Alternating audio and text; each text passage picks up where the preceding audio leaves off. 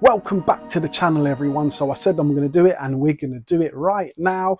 Yes, the big review of the big film Alien Romulus. Really excited to get this out because I've got a lot of things to get off my chest about this film and a lot of things to express about it. Yeah, so let's get into it. Ready to get it on? You know it!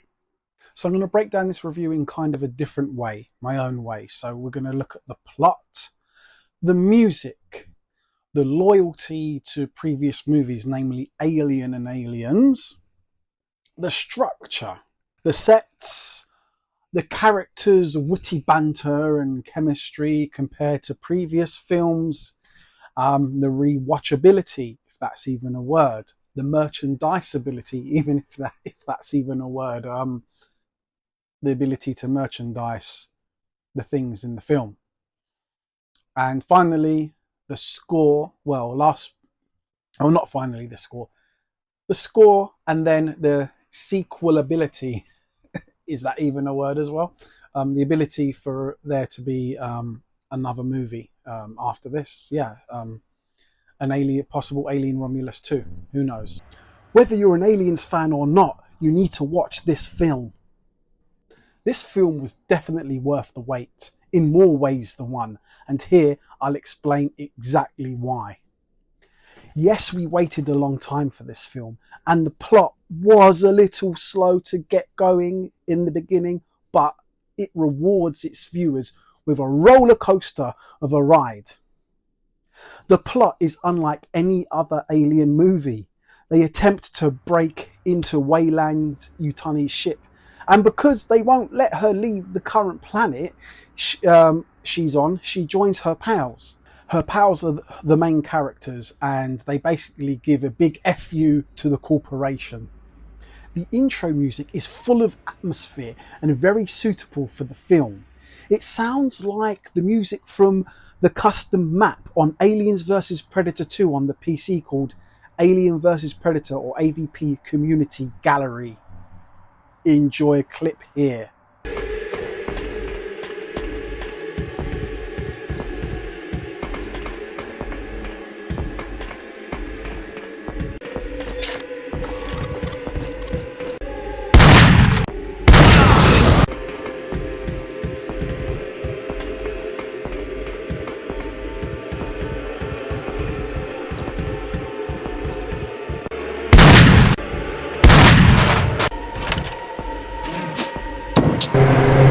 It shows a lot of loyalty to the previous movies, namely Alien and Aliens.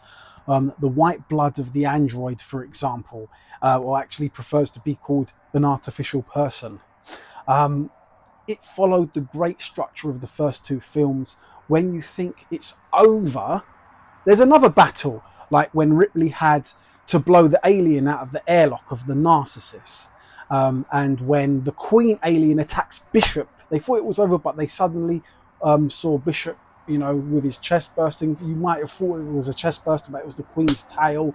And then Ripley has a whole new battle on her hands against the Queen with the power loader. Get away from her, you!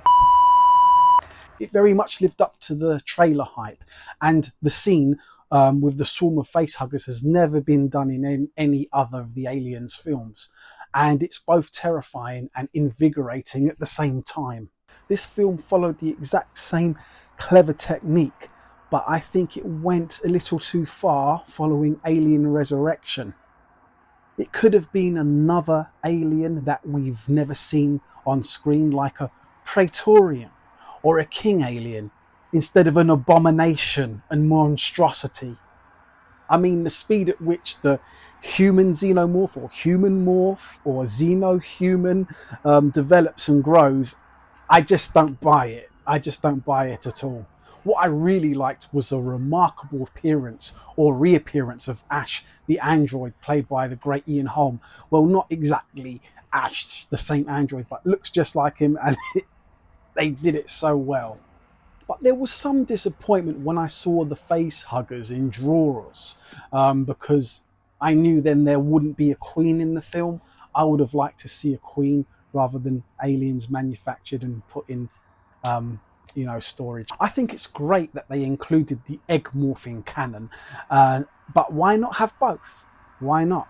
The xenomorph is a very hardy and adaptable species. Depending on its environment, it does what it needs to do. And as the great android said, making it a tough son of a bitch. I'm not sure whether this was intentional, but the main character, the Ripley type character, is called Rain. And towards the end of the film, there is a remarkable scene where she must dodge alien acid in a zero gravity environment. And it looked like acid rain. The android should have given her a nickname, Acid Rain, after that. Now, even after going to Alien War multiple times when I was a kid and watching Alien and Aliens many times, I found this movie to be very suspenseful and found myself on the edge of my seat on a few occasions, which isn't easy to do for me, really. The sets were absolutely beautiful, breathtaking, and very suitable to the Aliens universe.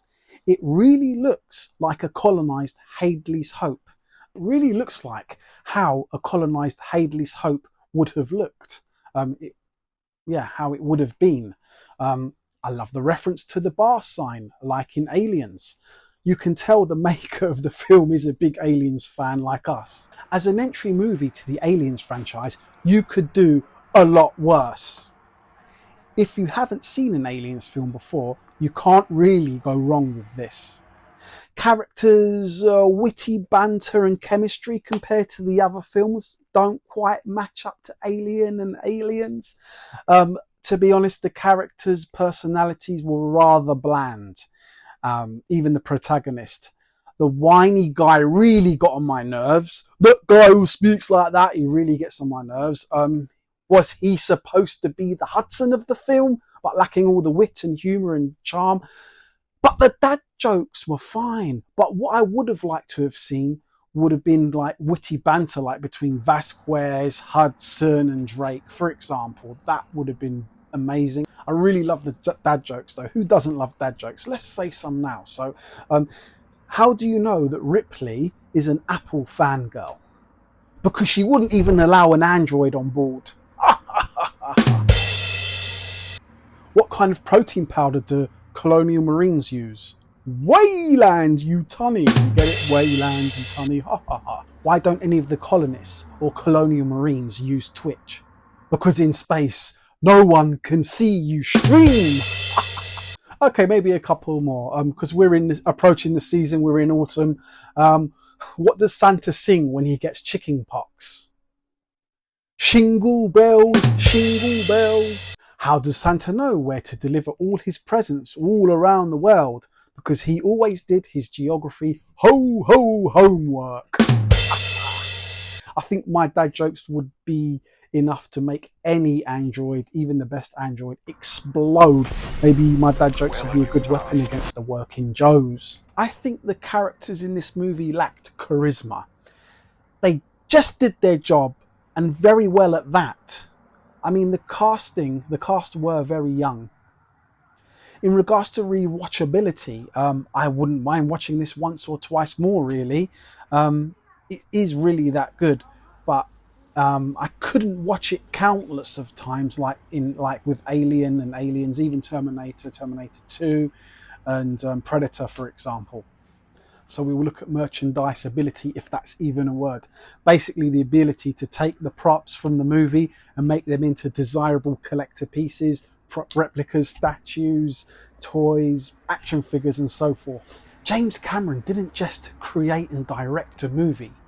He created a whole universes even, from weapons like the smart gun and the M41A pulse rifle, to the motion tracker, vehicles like the power loader, the APC armoured personnel carrier dropship, the Sulaco, which all have been made into highly sought after collectibles and statues. I don't see much of the vehicles and equipment being very merchandisable in this film.